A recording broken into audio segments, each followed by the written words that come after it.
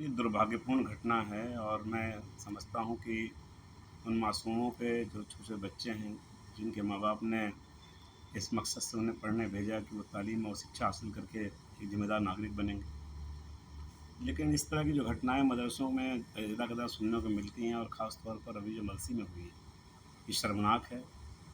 माँ-बाप को भी चिंता करनी चाहिए कि हम बच्चों को जहाँ भेज रहे हैं, वहाँ क्या हो रहा है और मासूम बच्चों का भविष्य और उनका जीवन के साथ खिलवाड़, इसकी जितनी निंदा की करनी चाहिए वो कम हो, जितनी की जाए कम है।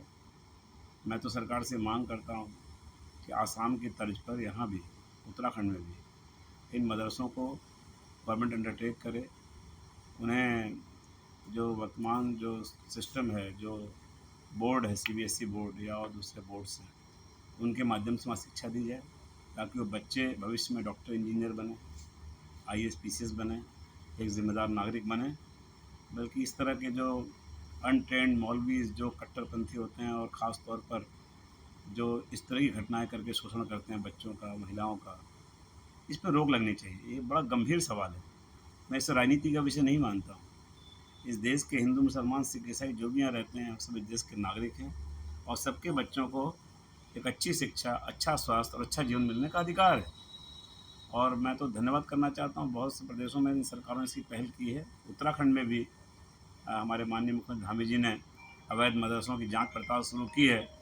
मैं उनसे माँग भी करूँगा कि अवैध मदरसे तो बंद किए ही जाएँ, बल्कि ऐसी शिक्षा जो कट्टरपंथी बनाती हो, ऐसी शिक्षा जो जॉब ओरिएंटेड नहीं है, ऐसी शिक्षा जिसे पढ़ कर के बच्चा आगे जा कर के मौलवी बनेगा, जीवन में कुछ कर नहीं सकेगा, इस तरह की घटनाएँ करेगा।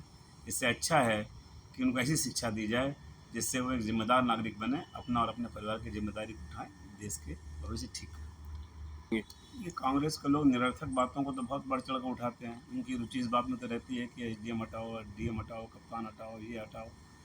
लेकिन जो इस तरह के ज़मीन से जुड़े सवाल हैं, जो आम आदमी के सवाल हैं, आज न बच्चों के भविष्य का और उनके साथ हो रहे ये यौन शोषण का सवाल हो, उस पर सिर्फ़ इसलिए चुप रह जाना कि तुष्टीकरणों की राजनीति करना कि भई हमारा वोट बैंक खराब ना हो जाए, ये केवल कांग्रेस ही कर सकती है। कांग्रेस ने हमेशा इस देश में मूल सवालों को, असली सवालों को सिर्फ़ इसलिए अनदेखा किया कि उन्हें केवल वोट बैंक की राजनीति की चिंता थी और ये यहाँ भी हो रहा है। नेता प्रतिपक्ष भी इसी ज़िले से हैं, आप सही कह रहे हैं और मर्सी जहाँ से ये घटना घटी है, वहाँ जो हमारे माननीय विधायक हैं, कांग्रेस के वरिष्ठ नेता हैं, वो एक शब्द इस पर नहीं बोले सदन में।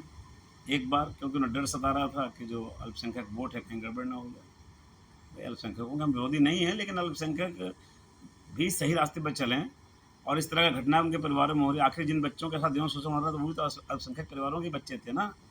लेकिन डर रहे हैं कट्टरपंथियों से, डर रहे हैं मौलवियों से, डर रहे हैं वोट बैंक ना खिसक जाए। ऐसे लोगों का चेहरा भी जनता के सामने आ रहा है और जनता उन्हें पहचान रही है।